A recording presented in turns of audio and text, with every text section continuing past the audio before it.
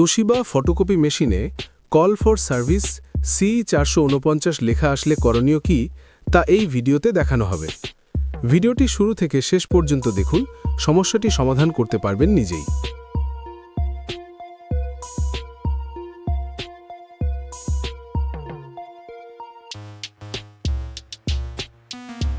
Photocopy মেশিনটি of করে 08 চাপ দিয়ে ধরে মেশিনটি অন করুন। এখন 2002 লিখে ওকে করলেই আরেকটি সংখ্যা দেখা যাবে, তা ক্যান্সেল করে 0 লিখে ওকে করুন।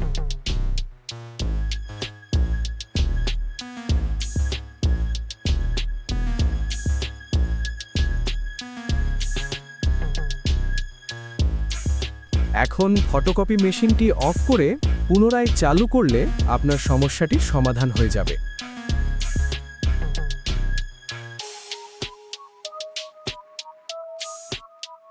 এই ভিডিওটি দেখে যদি আপনার কোনো কাজে লাগে বা উপকার হয় তাহলে অবশ্যই চ্যানেলটি সাবস্ক্রাইব করুন এবং পাশে থাকা বেল আইকনটি অন করুন।